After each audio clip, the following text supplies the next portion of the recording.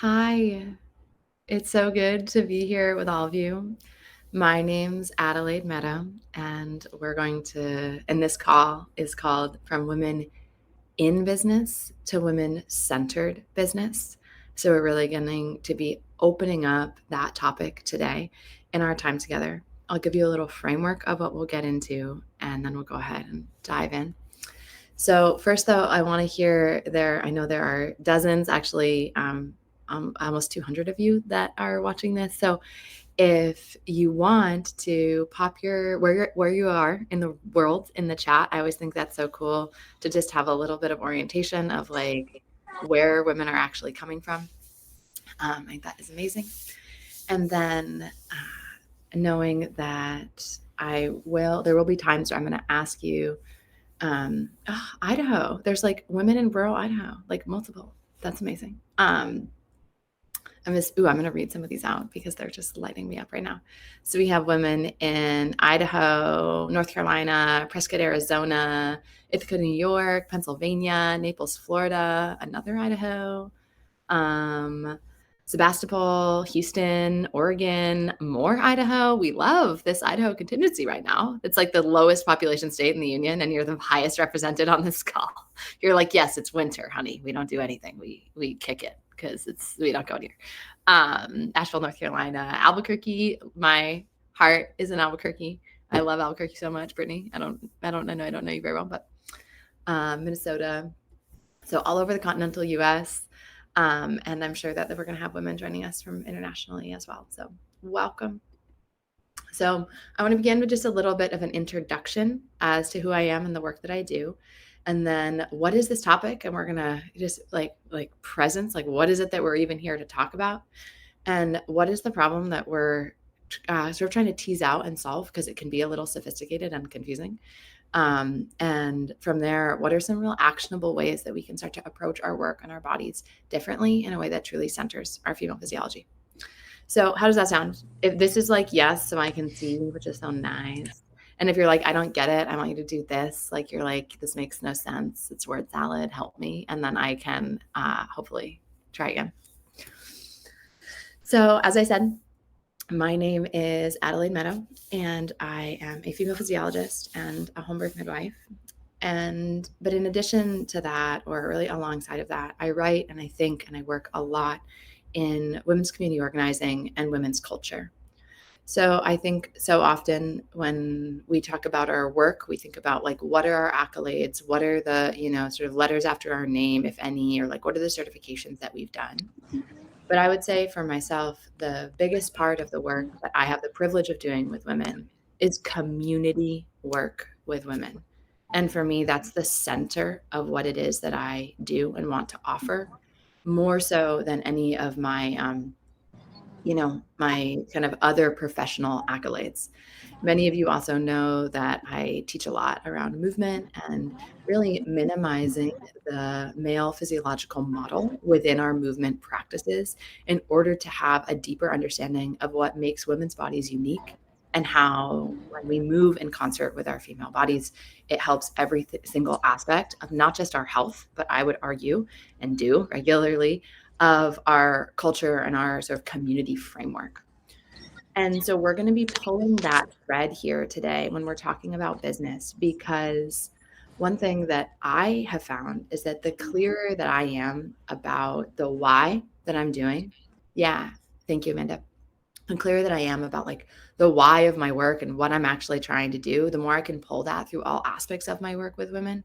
And then my work just becomes more of a reflection of the woman that I am, rather than me trying to like do work that I like so that I can like be the woman that I am over here. Does that make sense? We actually can like have a more integrated whole.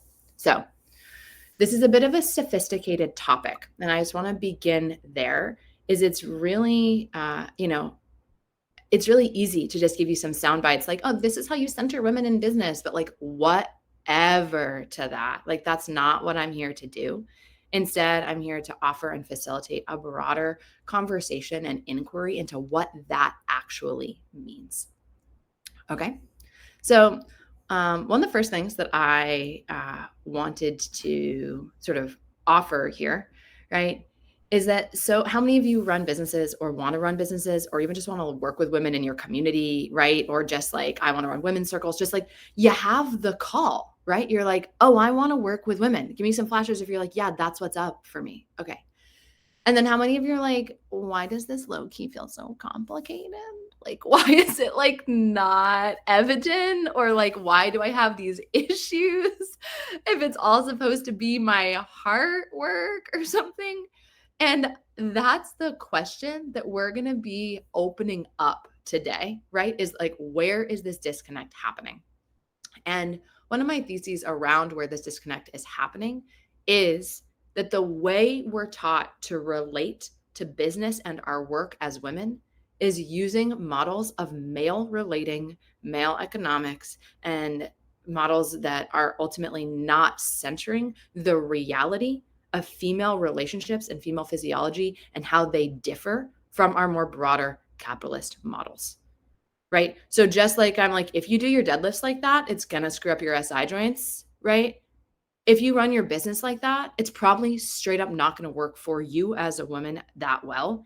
And it's not gonna serve the women that you're trying to serve as well, right? And it's taken me many years to kind of walk this walk and figure out I've been working and serving women for a decade and to try to not just run my business about how women aren't small men, like a woman who's then behaving like a man in business and then wonder why I feel burned out. Does that feel relevant to anybody? Or like, wait, I'm just still following the same metrics. So, one of the thoughts that I really want to offer here is like, how many of us have felt like, I work all the time or it feels like crap in my body, or maybe like you feel like you're kind of trying to sell things to other women rather than actually bonding with them, right? Anybody ever felt like this? Or you're like, what is this? Like, this doesn't feel quite right. And I first want to talk to this intrinsic ick in business that we're just taught to ignore, kind of, with some spiritually bypassing language. And what I mean by this is a hyper focus on individualism in business. Now, I'll break this down as clearly as I can. So much of the language about running a business as a woman is like, find your unique genius. Who is your ideal client? What are your intrinsic gifts that no one else has to give to the world? The woman that you're serving is just like you, only a few steps behind you on the path. Anybody ever heard this? Right? Okay, does anybody else have an intrinsic like ick to this where you're just like, I don't need it. Like it just doesn't quite do it for you? Maybe that's just me, right? But it just feels a little off, right? Or this other sort of aspect of it of like this manifestation language about like freeing yourself from your blocks of like you have these like blocks to putting your work out there and like you just have to like essentially like do your inner work more to like get your work out into the world and be your unique shining star, right? You can hear my maybe tone, right? Constantly trying to find the blocks. Yeah. And I think what's so common when we hear this model is we just think to like ignore the ick because we're kind of being told this like spiritual bypass language around like, oh, I just don't like the way that it feels that I have to find the exact woman and like market exactly to her in that specific way. And she's just like me, only 4 years younger. Right. And if I don't do that, then it's like because of my internal blocks, because I'm not able to like manifest. Right. Have you ever heard that language? I feel like it's so pervasive out there. And why this bothers me and why is one, I think it's exhausting. And two, it's literally the most, in my opinion, kind of like self-oriented vision that we could take towards what I believe for myself and for all of you is not the point of wanting to work with women, right? We want to work with women because we want to feel connected and purposeful and powerful. And like, we want to feel like we're doing good work. You want to feel like you can share what it is that you have to offer. You want to be part of the solution to this isolation or lack of community, right? Like these are why we want to work with women. And so then for us to use these models that are like, but you're unique, you're a unicorn, you're magical, your work, your personhood, everything about you individually and how you can change your blah, blah, blah, to then apparently have more of a community focus, like it's backwards. And that is the biggest sort of opener that I want to offer to this work is so many of our business models that we're thinking about are not actually grounded in an ideal of service, right? They are grounded in this idea of kind of male based economics of what I have that you want, that you, and I need to convince you that you have it. And then I can convince you in all these ways that use kind of pink washed language, right? But at the end of the day, it's not this idea of like, I love women. This made me cry. I love women and I want to serve at their feet. And like, if that's actually my motivation, can I build my business from there? Right. And can I build a business that serves and inspires me from there rather than from the like shiny, whiny Instagram ideal client? Who are your like minded people? Because it's fundamentally, to me, and in my experience, has been antithetical to what I actually want to do, which is to be in community work, right? Having these purpose driven relationships that are able to have rising, like, was it rising tides lift all ships, right? And so much of what happens, and it's like, don't be competitive, don't be in scarcity mindset. And you're like, right. But then, like, everything that you actually do is like a kind of pink washed spiritual bypassed version of that because we don't see that there's an alternative to that type of relating and that type of work with women. Okay, that's a bit of a sophisticated idea. Is that making sense to everyone so far? Right? Any questions here? So, I would offer that the common models of success, of like what business success means, is built from male culture, male physiology, and male relating. Just like if you're familiar with my, movement work, the common models of these movements are not actually based on the reality of women, right? This is also true in our businesses, right? And so how do we start to identify where that's happening and not like circumvent and reinvent the wheel, but instead, how do we come back to a ethics and a value-based way of relating that actually has you practicing what it is that your values are individually and how you want to join with other women in that way. Our perspectives are shaped differently than men. Our realities are shaped differently than men. Our bodies and our bodies' rhythms flow differently, and our communities are formed differently. We all know that, right? We all know that it's not the same, right? Otherwise, you wouldn't be here and following me. You're like, yeah, there's something about that. So if I would argue that if we're here feeling this call and this like work to love women and serve women, that the basis of women's business is women's community, right? And the basis of having a service based business to women is service. What do women need and how do we meet that need? Not what do I know? What is my genius? What am I interested in? And how do I communicate my interests, assuming that there's a woman who's like me, but a little less developed, who's going to like want that interest? Isn't that gross? What if we just didn't do that to each other, right? And that's so often what we're taught to do. Okay. So, any thoughts or comments here before we kind of move along? All right. So, what I've come to see over my work with women in the last 10 years, right? And I've done a lot of different things. um, but women have been this sort of consistent backbeat, is that we're lacking models and frameworks for service and community, right? And in place of those frameworks, we use models of business and relating that are based on male culture. So even within our models for service, right, we don't actually have as many that are um, like in our popular culture. We are in a moment where civic service, community service is at an all-time low, right? Many of us are not growing up, and this just has, I mean, there's a lot of thoughts on this, and I can get into this more and give you resources on sort of the women's workforce, like moving into more of our sort of like economic contemporary workforce and out of these service-based roles. But being everything from who was building museums, who was building parks, who was doing civic engagement, like who was actually doing this community work historically, has been like women who weren't working a 9 to 5.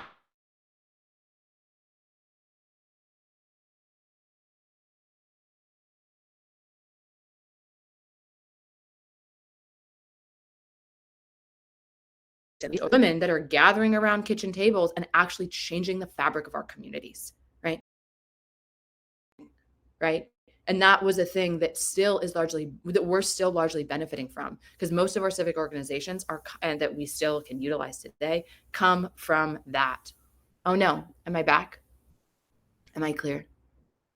Okay. Let me repeat this.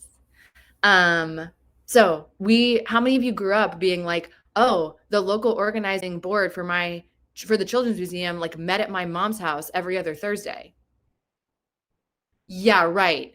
Nobody, honey, right? But that's because we've literally been that's the whole point I'm trying to make. Like, we've moved away. It's like, oh, not a single hand, right? We've moved away because of our economic model from women being in these direct service-oriented roles, which, oh, let's just connect to like how much that is like, just take a minute, like that desire to serve your community. Like that's what we are all feeling when we're like, I want to work with women, right? It's that desire of like, how do I uplift these lives? And we no longer grow up where there's this community orientation, this community service. Everyone has to make a bunch of money in order to support their families, right? But the heart of it is likely coming from the same place. But now there's more economic requirements on modern women in our contemporary economy that makes it, that has sort of moved our work into the space of monetization, right? And with that adjustment into the space of monetization,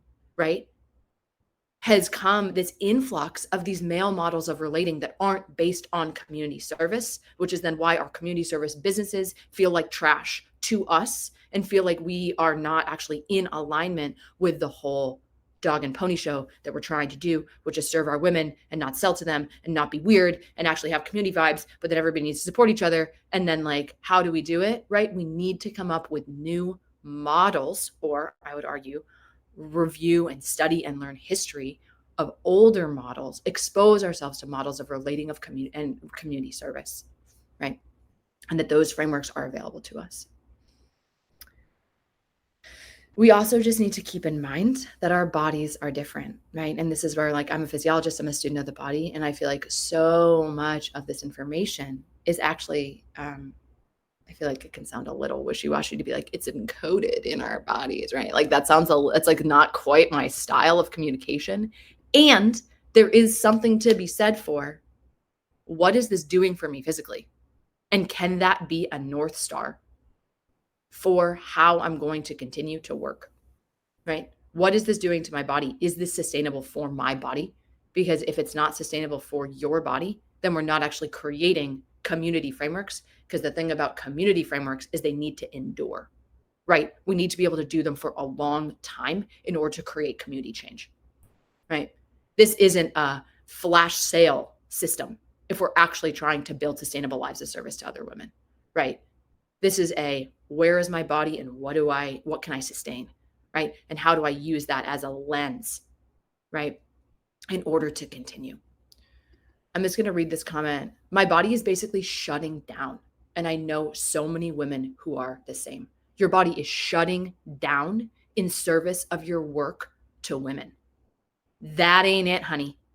That ain't it, right? And it's not our fault that that's not it, right? I've also done this. Trust me, I'll tell you about it in a minute, right? And so, how do we together start to open and make a more sophisticated model? Okay. I'll add here, it's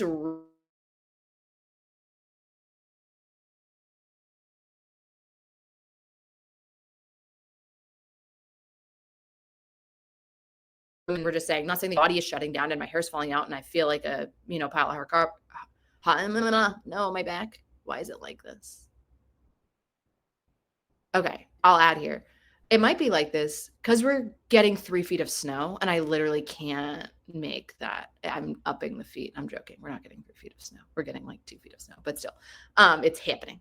Okay, so I'll add here that it's really easy to miss the point, right? So it's really easy. Like so many of you are saying, you're like, oh, I'm here serving, but I actually feel like trash. Or, oh, I want to serve these women, or I want to work with them, but I actually feel competitive and I feel stressed and I like want them to pay me and it all feels kind of ick, right? Or I'm like doing my inner work and I am whatever. I'm like, removing my blocks, but I actually just feel kind of self-centered and isolated, even though I'm allegedly trying to do community organizing and be less isolated. Like it's really easy to just like miss the actual point of what we're trying to do.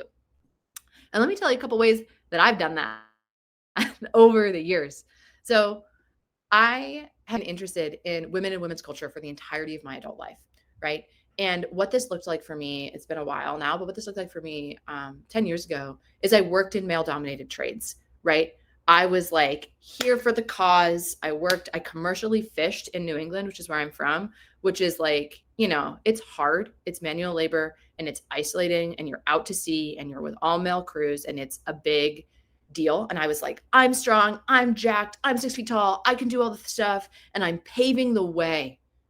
Oh, that language. I'm paving the way for women. And I just want you to picture me. Picture me at like 24, just like yoked and like, like such a chip on my shoulder, and was like so competent and so hardworking and outpaced everybody. And do you know what that did? One, I love the sea. I love fishing. I'll never give it. Like, you know what I mean? I don't do that anymore, but like, I loved my trade. So I'm not really here to knock women in the trades. But the impetus for me, the motivating factor was this idea that I was somehow like doing it for women. Anybody ever felt this way? I'm doing it for the women, right? And maybe we're a little more evolved now. Maybe we're a little older. Maybe not.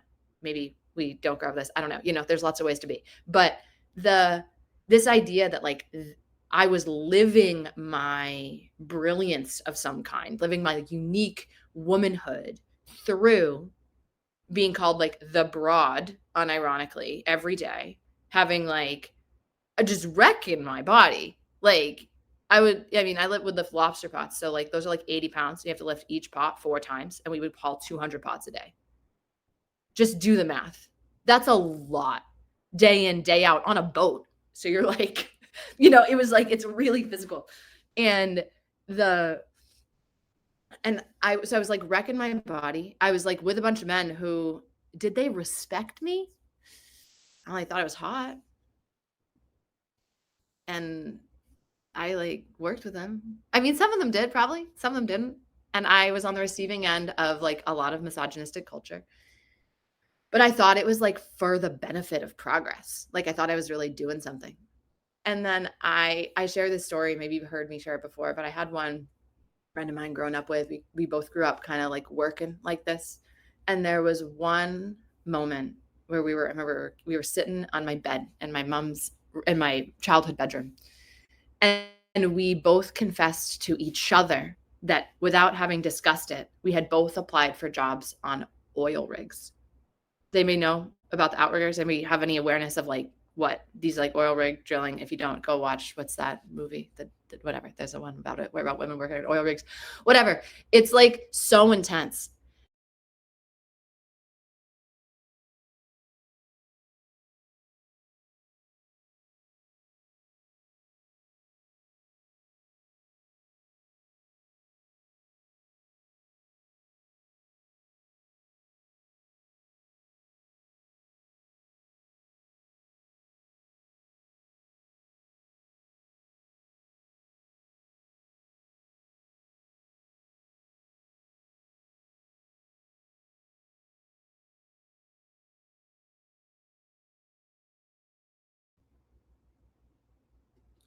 Are we back?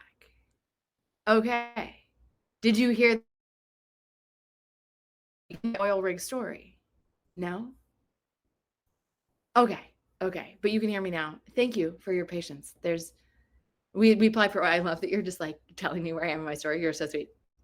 So we both applied for these jobs on oil rigs, and both of our response were like 24, 25 maybe. And both of our response was like, to the other one was like, "Oh, don't do that." And it was this like moment for both of us. We're like, "Oh, you're gonna get assaulted. You're gonna wreck your body." And it took another sister coming to me and telling me that she was gonna go get a job on an oil rig. And me going to her being like, "I'm gonna go get a job on an oil rig," because we didn't feel like we had options. That was like, whatever. That was the world that we lived in. And we were like, that's how you're gonna make money, whatever. And for me to realize that, like, oh, who am I paving the way for? For me to be terrified for my sister to go work in that male dominated field? What pathway am I actually paving? And I'll never forget this moment because it allowed me to have myself reflected back. What a gift to be in community with women who can reflect your reality back to you, right? In a way that was helping me acknowledge that maybe the way I was like orienting towards my womanhood in my work wasn't actually on point and wasn't actually doing for the world what I thought it was doing for the world. Right. Okay. I didn't take a job, and neither did she. Though we did both continue commercially fishing, and she still does it, and I now do this. But fast forward a couple of years, I was commercially fishing to put myself through midwifery school, right? And I'm like running my business. And then I found myself feeling the way that so many of you just shared that you were feeling. This is wrecking my body. So now I'd built a business that was like centering women and that was like all about serving women, right? But I was caught up in this like competitive, what am I going to do? No, like how am I going to make this work? And just like kind of prostrating my body for the service that I was allegedly providing. And the irony is double for me because I'm like, honor your female body, honey, right? Your body is like, I'm like over here preaching, right? That your body isn't the male body and you need to move it differently. Meanwhile, I'm a mess, right? And I'm just like, and what was happening is it wasn't the content of my work that was misguided. It was the context and the framework of my work that was misguided. Does that difference make sense? My content was dope. As I imagine for many of you, it is too. You know what it is that you have to offer, right? Maybe you've taken all the trainings. Maybe you know a lot of information. You've done whatever it is. And like, obviously you'll be learning in your trade, whatever that is. But the actual mode of service was misaligned for what it is that you wanted to do, right? Is that feeling clear? And that's what happened to me. And at this time, I employed men in my business. I could never now, honey. We have 9 children between the team. there's so there's so many, and we always have babies on our calls, and we like organize everything around everyone's postpartum, right? But I employed men to make my social media content. What's up with that? Like I just, I wasn't really aligned in what I wanted to be doing. So that's one aspect, right? Where we're like running our bodies into the ground, where we're not able to really like center and we're feeling like trash. And maybe give me some flashers if you've done that side of it. Okay. Then there's the other side of it, and many of us also do this, where we give and give and give in this way that is like, I can hold it. What is my space holding capacity? Right? And I will add that like over giving in the space holding capacity might also come from male models about what women can do, right? So there's like the boss babing, I can do whatever. And then there's like the emotional holding where I have no limits, right? And I've done both. And sometimes a lot of us are doing both, right? And they're both actually coming from these models that aren't based on women.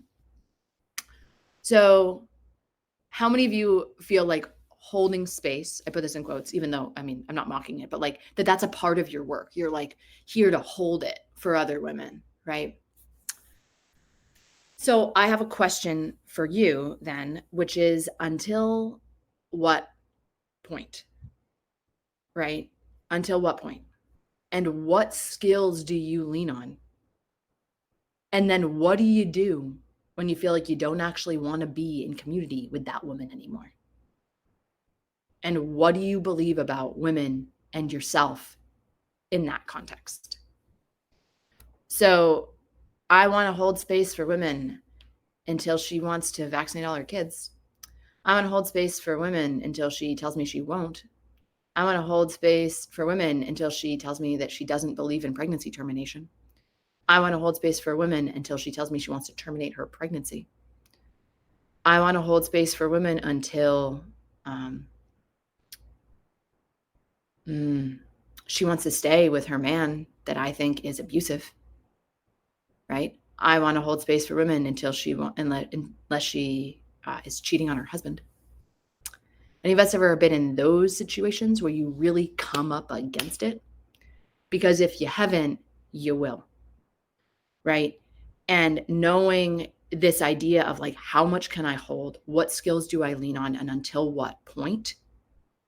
And not figuring that out in real time, right? In the face of the woman that I'm working with is one shift that has made my work so much more sustainable. Because I work with the general public, and we're going to talk about this. We're going to move to solutions here in a minute. But this idea of like, who are we at the limits of this holding, right? And how do we actually prepare ourselves there? Okay. So that was all discussion on like this sort of thorny, sophisticated quagmire that we find ourselves in, of like needing to make money, but wanting to be of service, but male-based models, but like it doesn't feel quite right. But I used to boss babe it, but now my body feels like trash. But then I sometimes want to overgive, but then I come up against it in my nervous system, right? I don't really have any models. This is women in business. This is the best word we can do. No, it's not the best we can do. But do we all feel like we have a handle on like the actual, like we've just flushed out what the actual problem is a little bit, like what we're actually talking about? We need some flashers because I feel like it's just like, yeah, it doesn't feel good, right? But you're like, now we are looking a little bit about like why it might not feel good. And I want to now offer to you things that I have learned and things that I teach, right, that have allowed me to move the needle systematically on all of these components, right? Is it perfect? No. But I love my work and I love it and I'm going to be able to keep doing it, right? And I have learned to love it and I've learned to be able to keep doing it because I've learned how to center my womanhood and I've learned models of relating and service that make it sustainable. And none of this is what I learned about like how to market my business on Instagram. None of it. It like didn't, that's not where it came from for me at all. It came from service and community orientation. Okay. So I keep using this word service, right? Because this is what I really want us all to be connected to, right? If we want to have an ever sourcing well, right, of our ability to offer, right? We need to actually have something that we're connected to not be burnt out. If I'm just like, I think it's a good idea that women do this, that's not enough for me. Like, I think it's a good idea that women, whatever, do heal their prolapse or something. Like, I actually want and am motivated by, as I imagine many of you are, the deep connectivity and intimacy that we can build through our work, right? Isn't that like what you want? You like want intimacy and relationships and community engagement, right? And so if I'm really interested in that, can I actually pull that thread of service through everything that I do?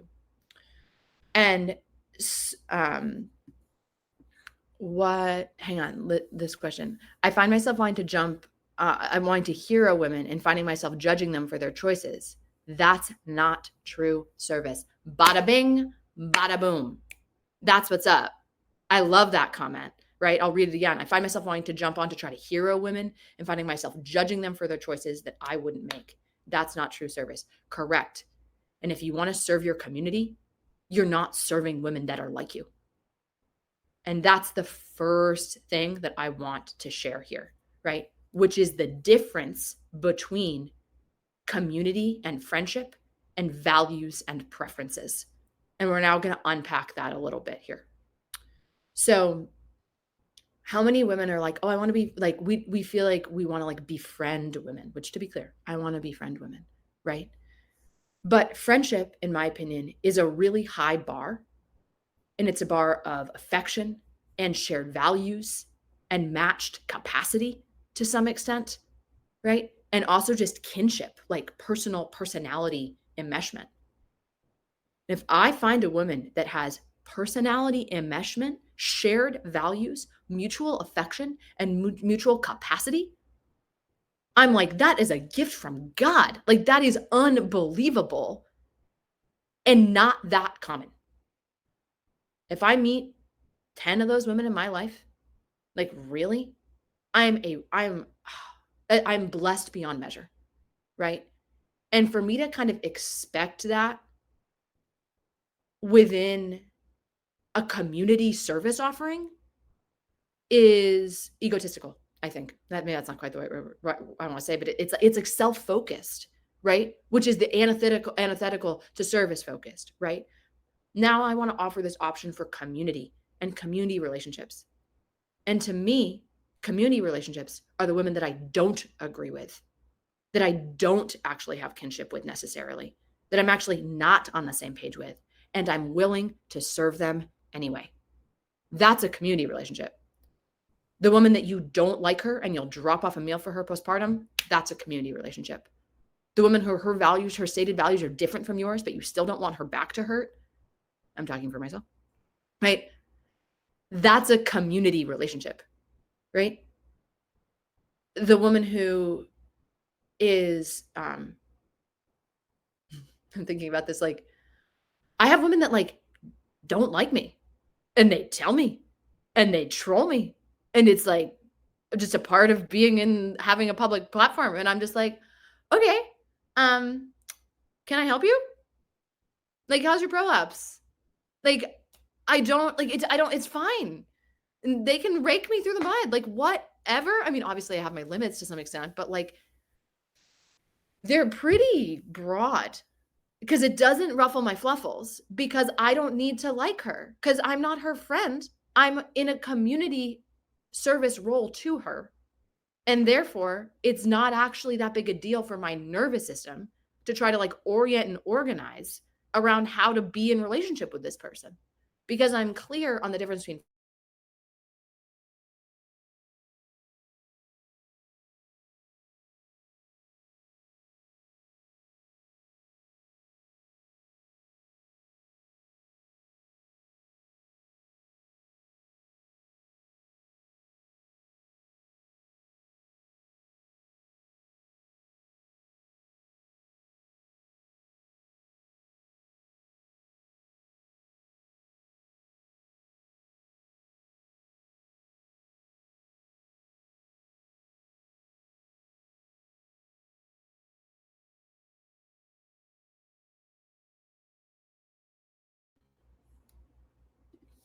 It's so sad to me, but it's fine. It's fine.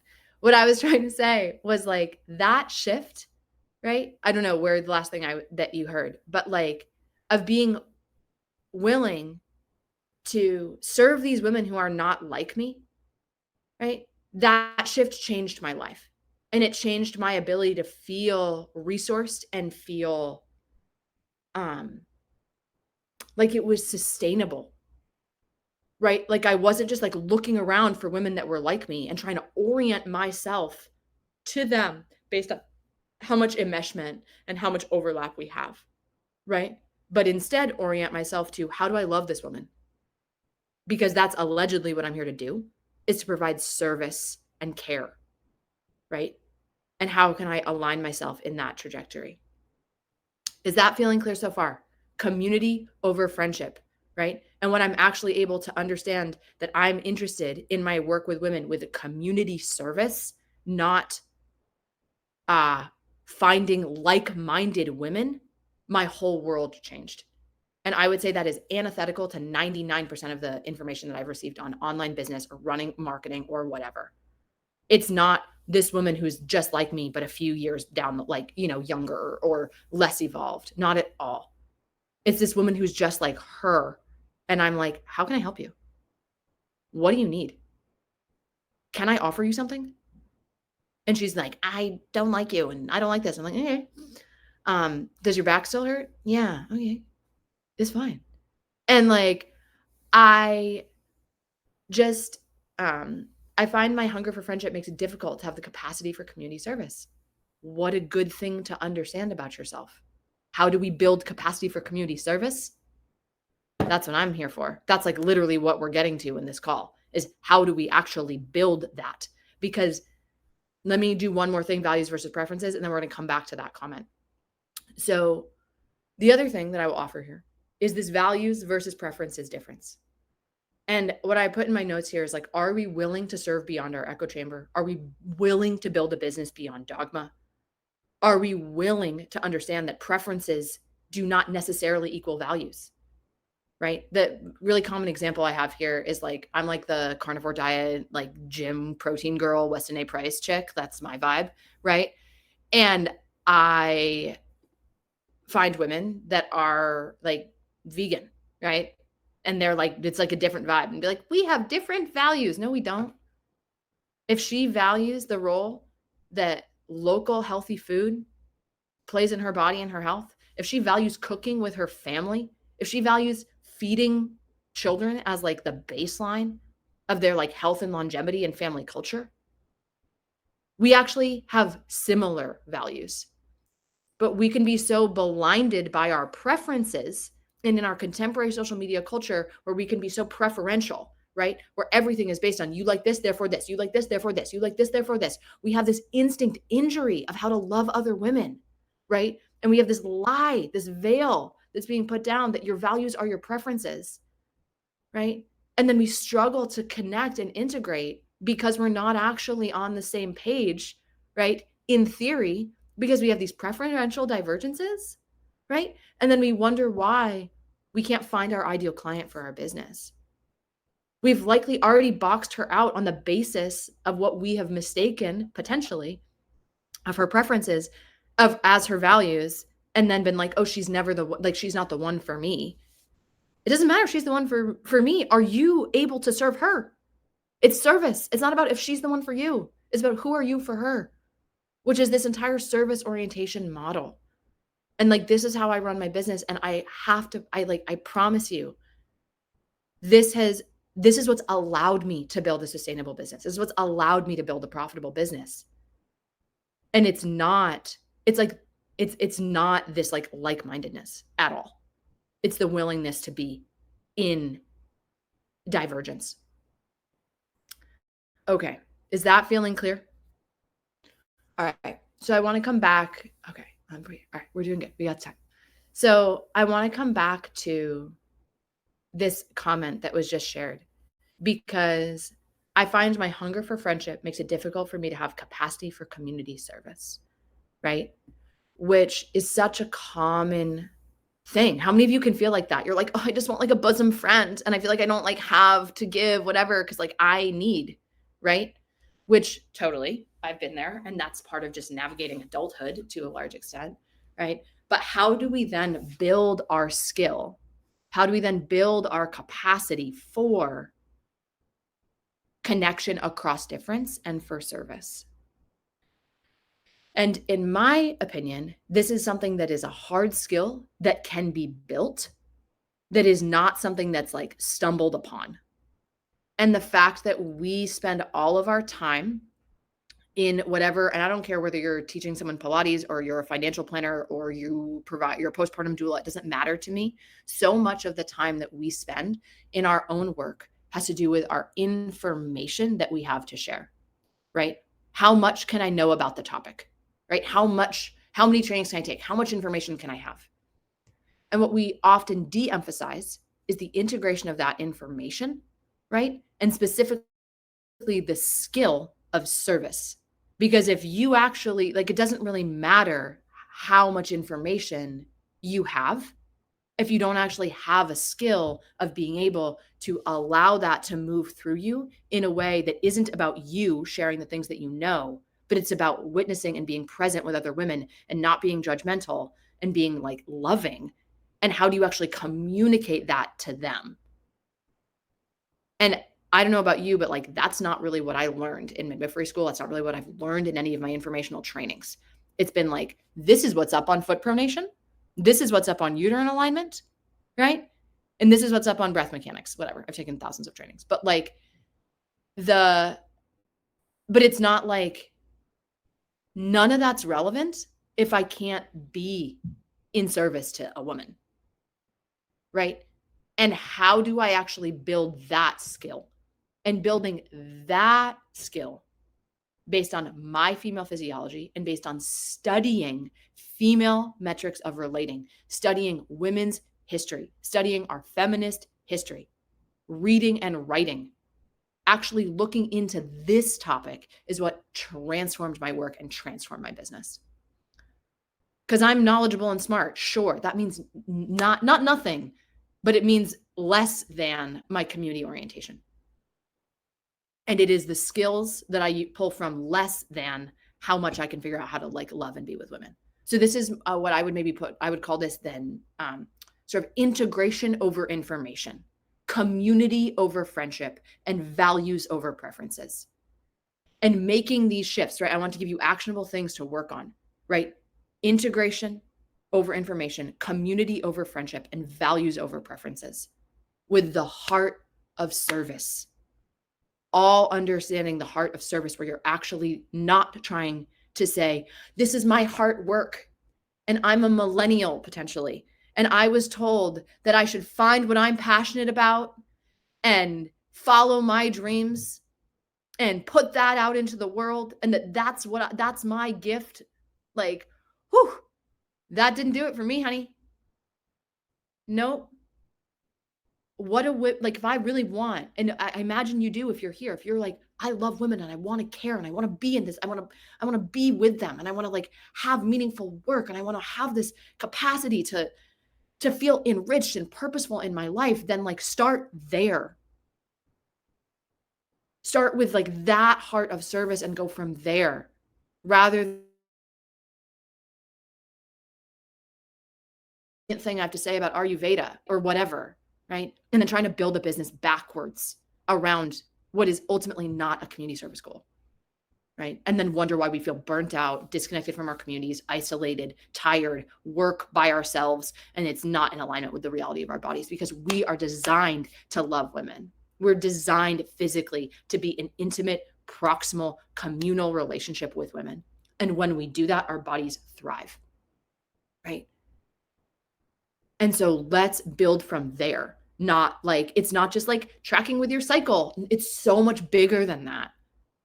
Not that I don't think that planning your launches for ovulatory phase is fine. To be clear, I don't actually do that though, but you know, I have aspirations. But like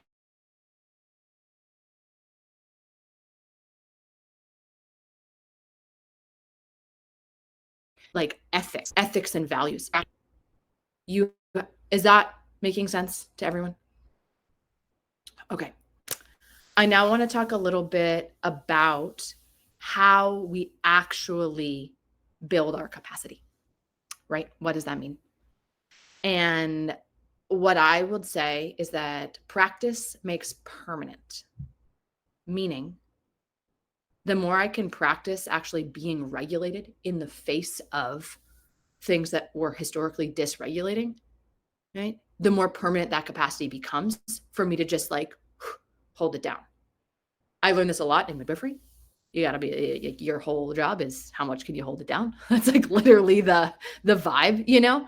But I think that this is really relevant to all of our work with women.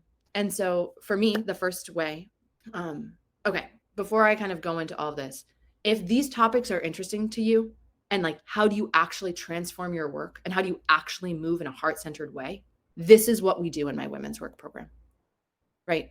This is like the container, to use that contemporary social media word, right?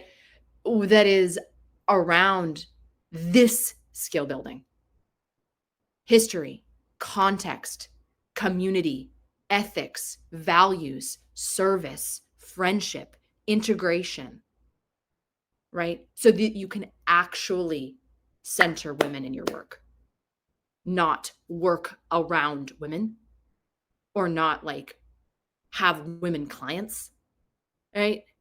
It's so much more, it's so much deeper than that. So what I'm about to now share with you are what we do in women's work, and whether you take this program or not, even just take these concepts for like how I actually have built these skills, right? So the first one is some awareness of like the lenses that we look through. Like, what is it that you believe about women? And this is a huge question. And the idea, like, there was something that someone said, I'm looking higher in the chat. I find myself judging someone for choices. Okay. How many of us have done that? Judged a woman for her choices? Haha, right? And like, what's that built on? Right? That's built on a belief that we have about women. We think women should do this or that. We think when they do A, B, or C, it means XYZ about them. And I mean, these come from everything from economics, class, race, family structure, social culture, um, like religious proclivities. Like there's so many lenses that we can look through, right? And being able to identify the they're the lenses that you look through, right? And how that colors the way you're able to perceive and be in relationship with other women, right? Now, you potentially will learn to take off certain lenses, right? And not actually judge women through that perspective. Or you might say, like, no, that's actually not, this is actually where I want to be. But having that awareness, right? That self-reflective capacity of that this is how you actually view women and that might have more to do with you than her is a skill that can be built, right? It's a skill that can be built. And then we get to decide what our ethics are and what our values are, which is the sort of next thing that I would want to offer, which the second module that we work with is what does the body have to do with it anyway? So now we're talking about the difference of female relating. We're talking about male versus female physiology. We're talking about the distinct capacity of the female nervous system and how it's different from the male nervous system, right? And we're actually looking at how our bodies are influential in our relating capacity, not just in our deadlifts, because they are, honey, right? Our bodies influence every way about the way that we interact with other women. And how do we actually bring that knowledge into our work? Then I'm really interested in our sort of what we move from there is we're getting into our ethics and values formation, right? So the topic, or like what I call this in my course, and like again, just more broadly, is the word feminism, I think, means nothing in our contemporary culture because we've been diluted by identity politics. So we have this idea that you identify as a feminist, which is nuts, right? Feminism, the word literally just means pertaining to women specifically. That's all it means, right? And there are varying analyses, feminist analyses, that think entirely different things about women, right?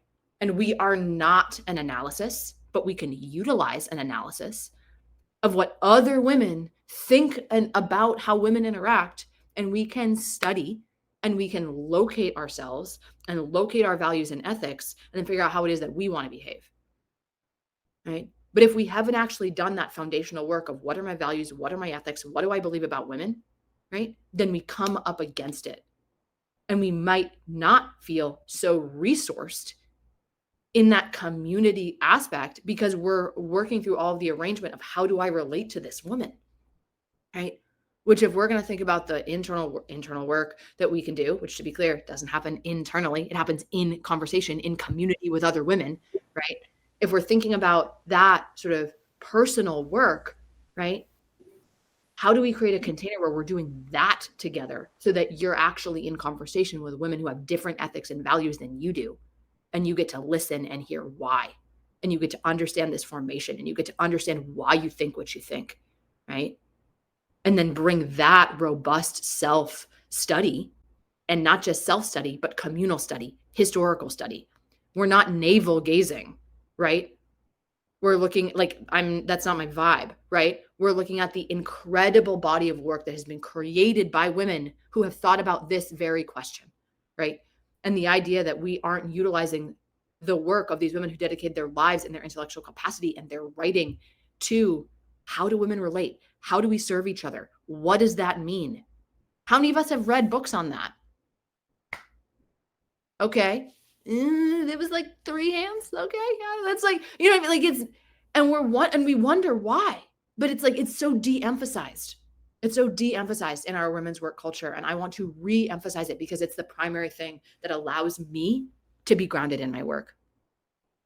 And then we're really working on that last aspect, which is communication skills and capacity. How well can you articulate what it is that you think in 3 sentences or less in an inarguable capacity, right? How clear can we be in our speech, right?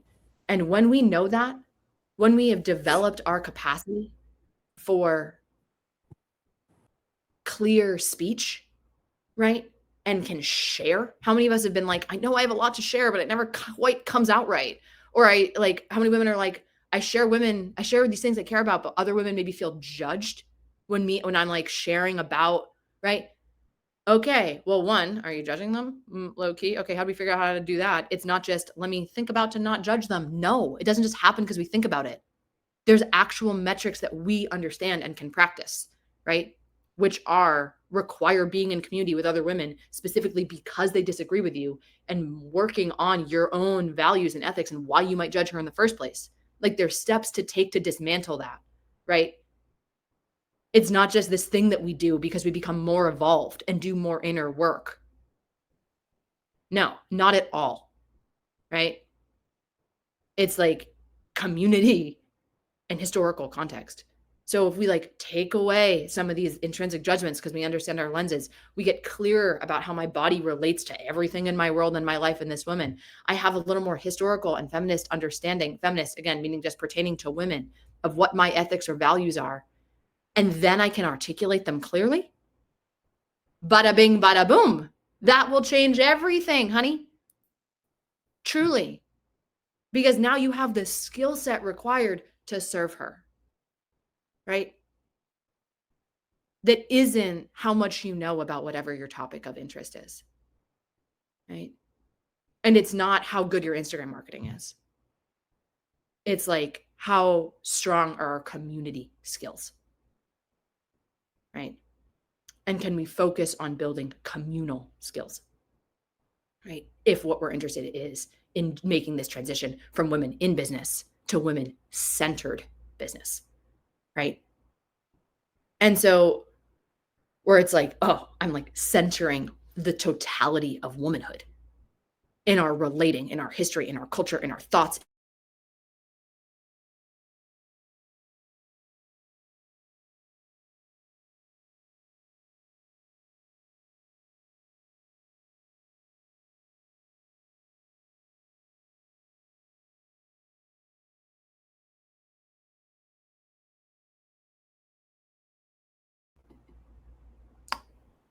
I said it's transformative. Did you hear that? And then I stopped talking. No. Okay. I was saying when we're actually able to bring all of these pieces together, when we're able to like center the body, center your ethics, center women's history, do it in context.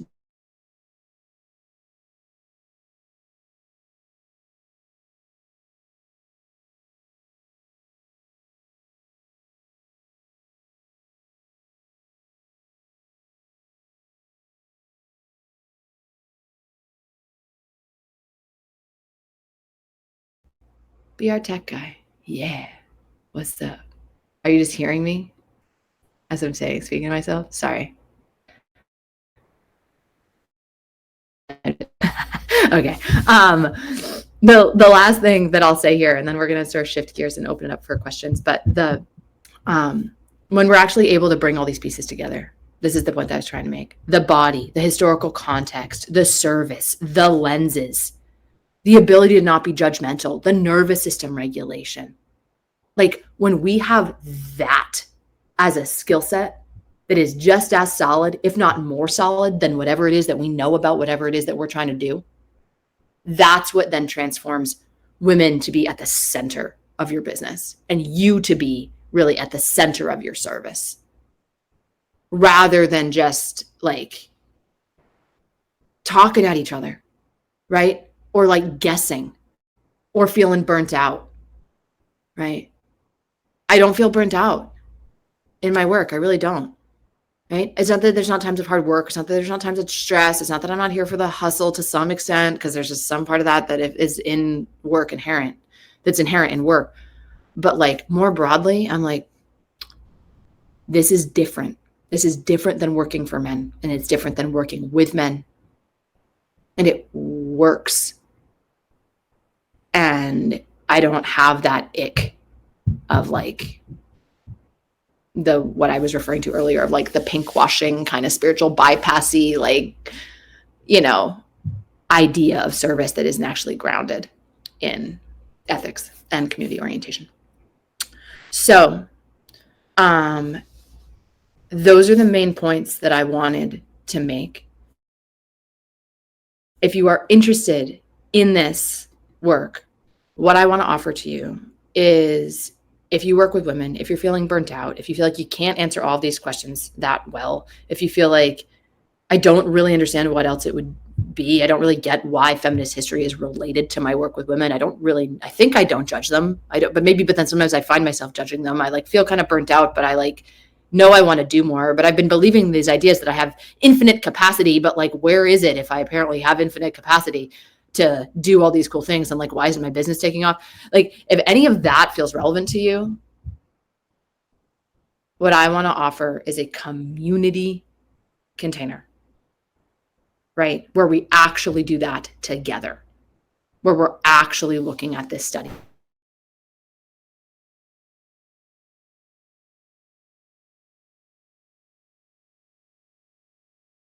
You evading that. And I promise you, it will transform your work. I truly, I don't promise anything in my work. I don't promise people they can heal their prolapse. I don't promise anything. But I promise you that cultivating a heart of service will transform your life. And I also promise that there's a way to do that, and that it's not something that's like stumbled upon or like only for the faithful or only for those like weird, people who are like really good at like being selfless or something. Nope. It's a choice, and it's a skill, and it's done together, not in isolation. It's done in a community setting. So I've led this program called Women's Work. I love the name of it. It's so basic, but it's just like, what's up? It's so good. And I've led this for the last 5 years. This will be my Carissa 8th round. Is she still here? 7th round, 8th round. Raise your hand if you've actually taken this program and you're still just like here for the cause. Yeah, there's a few of you. And we meet every week. We have 2.5-hour lectures. You have homework. We do reading. We do writing. Like we do critical reading, critical writing, looking at historical texts. It's a bit nerdy, and academically oriented. And it is what allows me to do everything else that I do. And it has such a soft and like special place in my heart, because we get to actually be in this conversation, right? And I get to learn from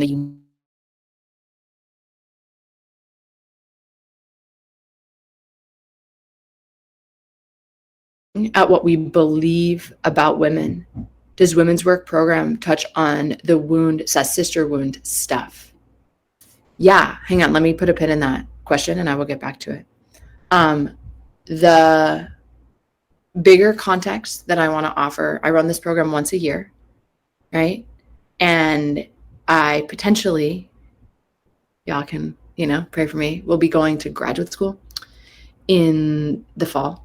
And if that's the case, then I don't know when I will be running this program again, because this is like a sort of intensive level 14-week mentorship and group education program. So if you've been interested in this work and wanting to do it, I've always said they do this every year. And I'm like, yeah, I do it every year, but I actually don't know if I'm going to do it every year anymore, because my life might be about to take a different shape with my work and my education.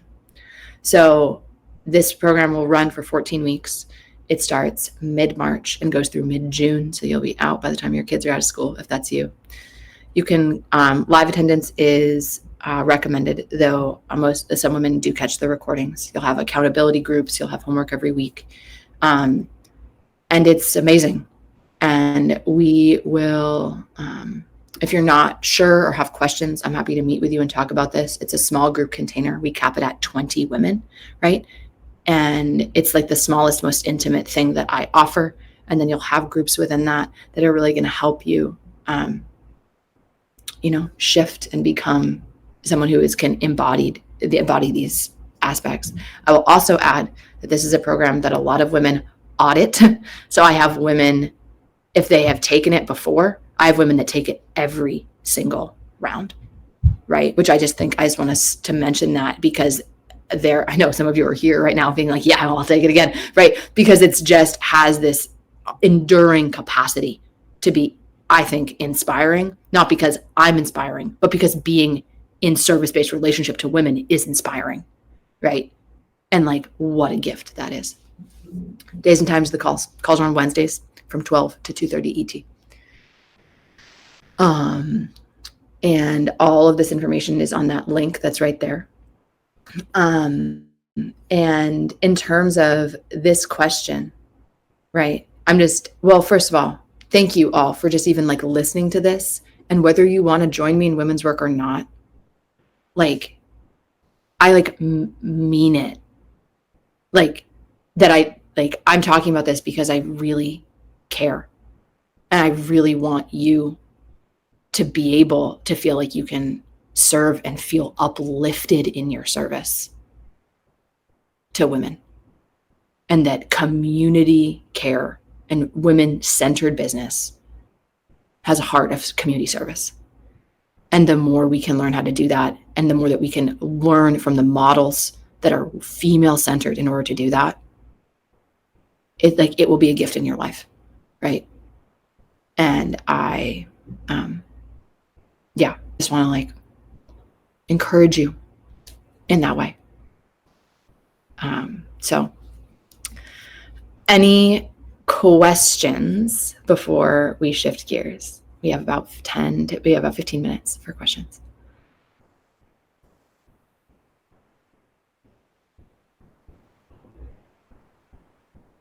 Okay, well then I'll answer this one in the chat first. Mother wound, sister wound stuff. I think that the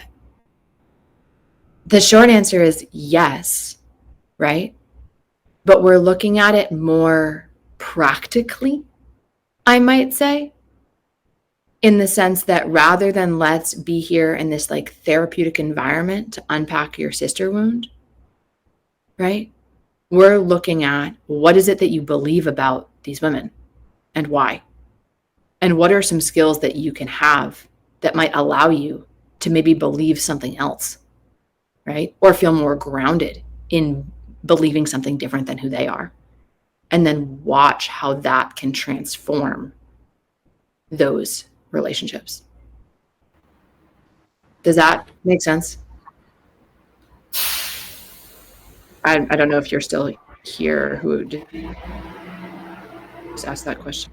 I'm going to, I just like this comment. My beliefs around my own sister.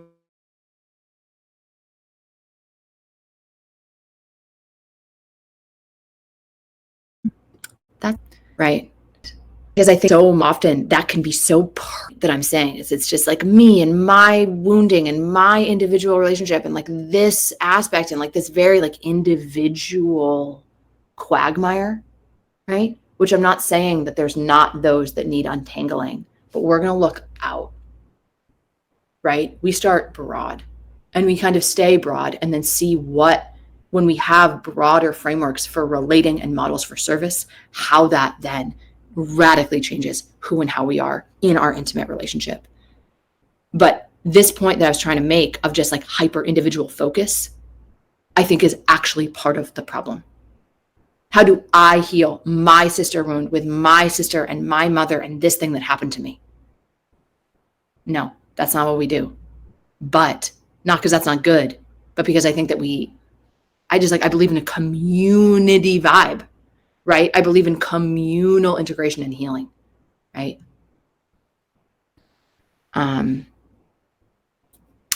Okay. I'm glad so many things clicked for you. I'm trying to think if there's any other questions. Yeah. The one, just like these ones that hit hard, the abortion question, pregnancy termination, vaccination, abusive husbands. If you want to work with women, you got to work with all that. Who are we then? How are we then? Right? How do we not be burnt out?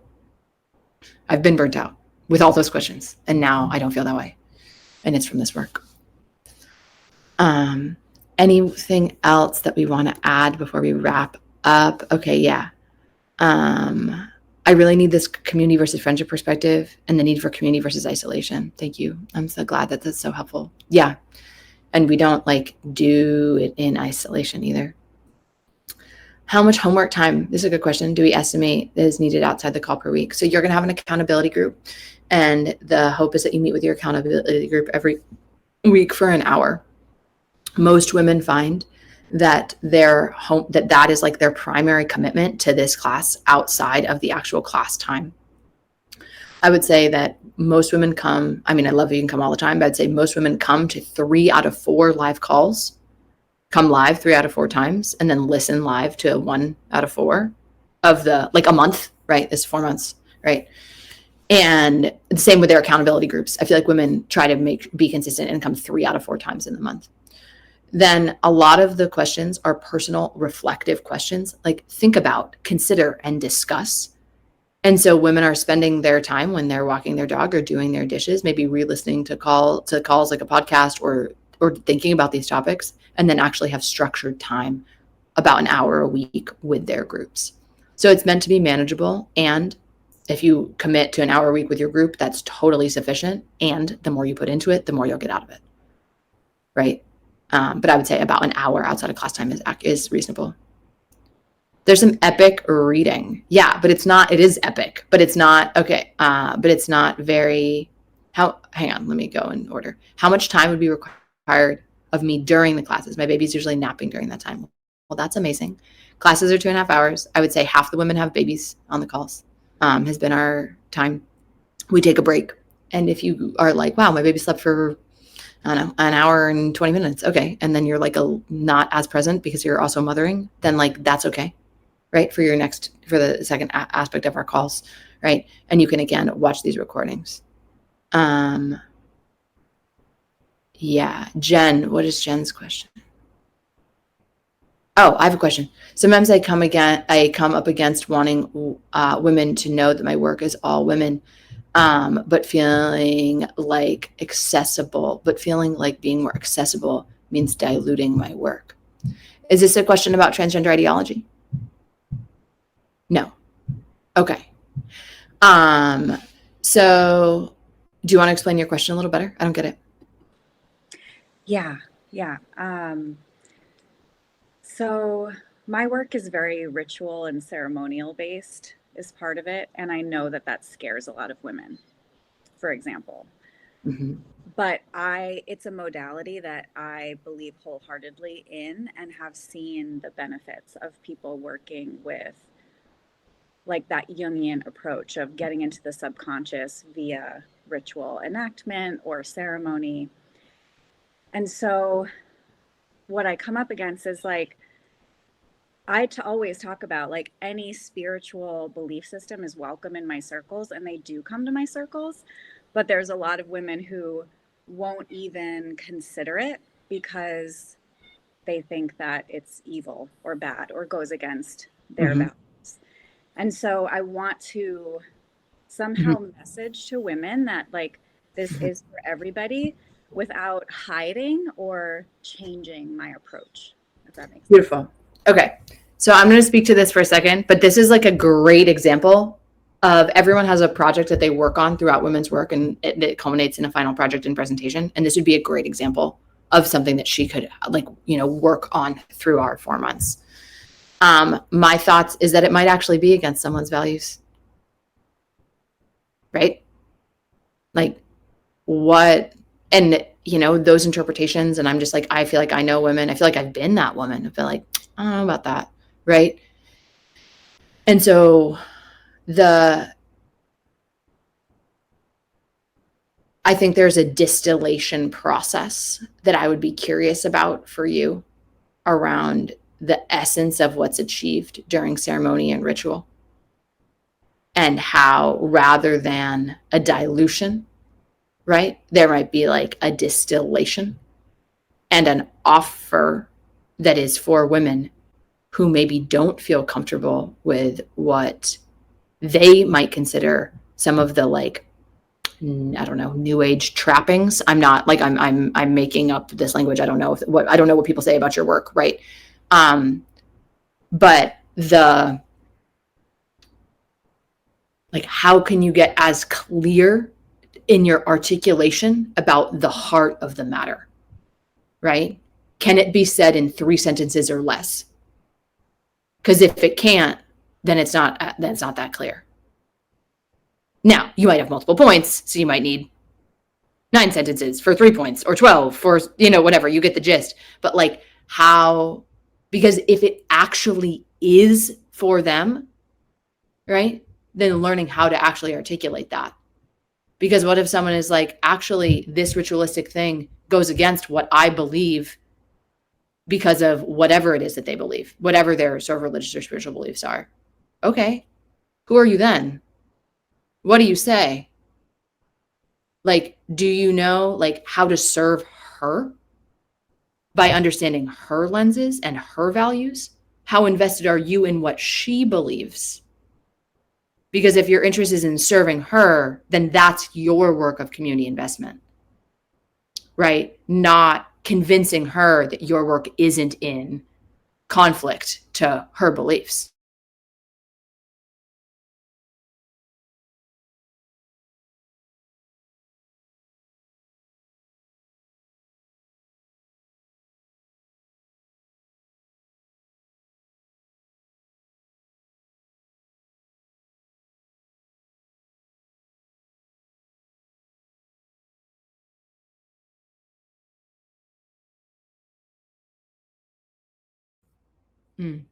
I got cut off, but like but Jen, that idea is like, what I was trying to say is like, okay, they think you're summoning demons. Like, okay, how invested can you be in what that's like for her?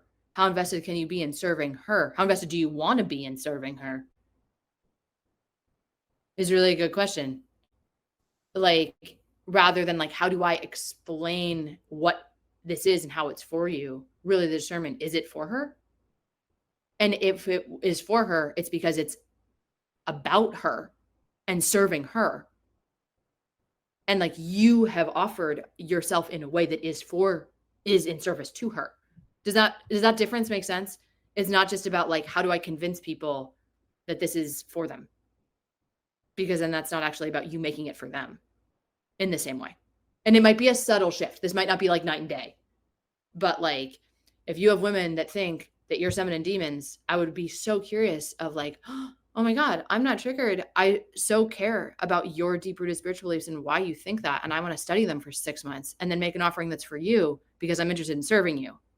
It's like nothing about how do they come to what you're currently doing, if that's who you want to serve, would be my perspective.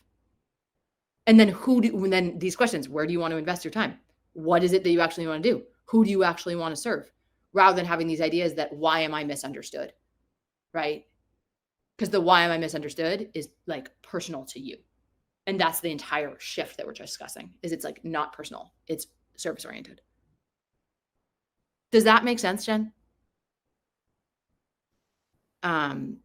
Yeah, if I can just say too, I think it's good to clarify, like, we don't necessarily need to be for every woman, Of course. because then we would need to create like a lot of different offerings potentially.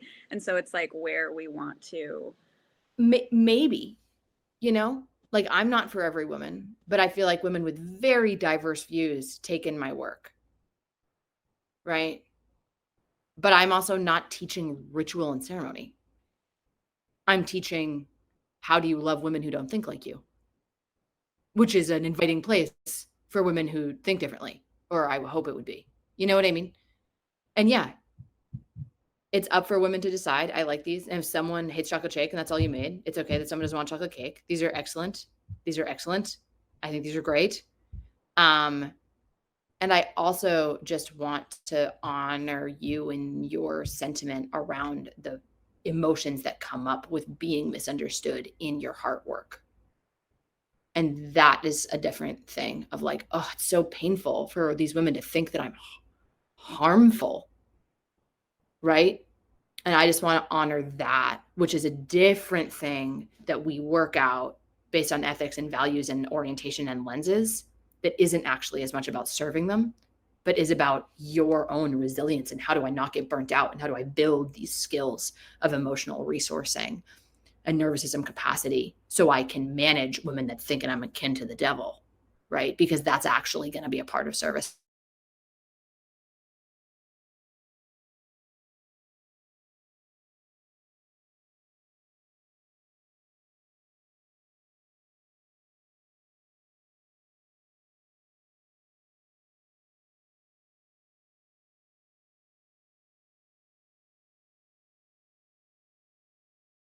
We read Feminism Against Progress by Mary Harrington. I provide the readings for Sister Outsider and Andrea, and I provide the readings by Audre Lorde and Andrea Dworkin. I like provide you the PDFs of them because those women are no longer like alive and garnering the royalties from their work. Mary Harrington is a contemporary peer of ours, and so I don't provide her work because that would be unethical. But you can buy the book or you can get the audiobook for it's free on Spotify, right? It's like it's not excessive. Also, the actual amount of reading is not that much reading. It's just like potent reading. Um, yeah, 2 chapters. I would say every reading can be done in 45 minutes or less.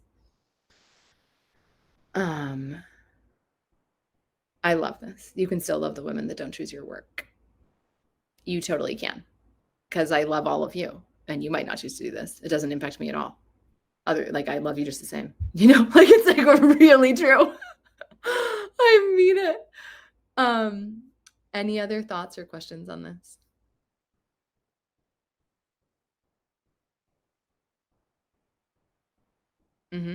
Yeah. Just also imagine reading these books together. What a gift to read and think with women. It's so cool. Yeah. Practical question. I don't have thank you.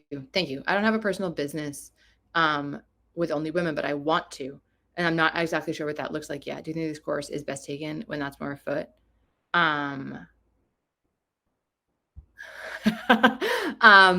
just laughing at Chris's comment.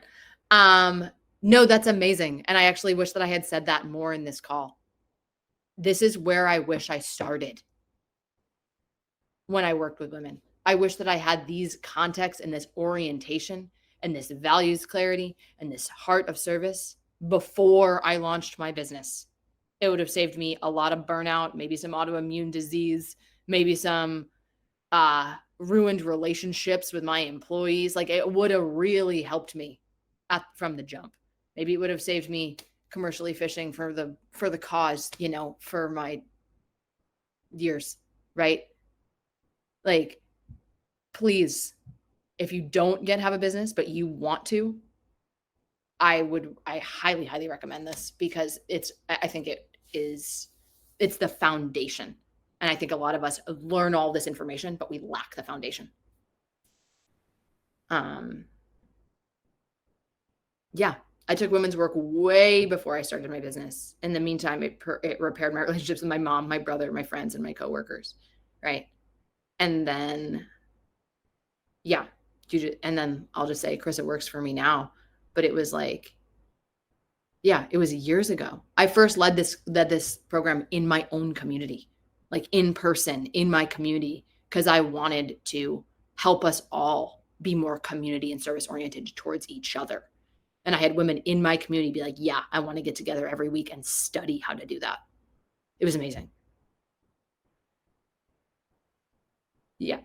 Honestly, I feel as though the work is so deep, you don't even need to be business oriented to benefit at all. No, you don't need to be business oriented to benefit at all. But if you are business oriented, I really want women to have this unlock because then we stop adding noise to the cacophony of weird online social media or in-person business, and we actually have healthy community building. And you know who else does healthy community building? Non-professional women, which is why we study their amazing work in this program. Okay, I think we're at time. It's 90 minutes.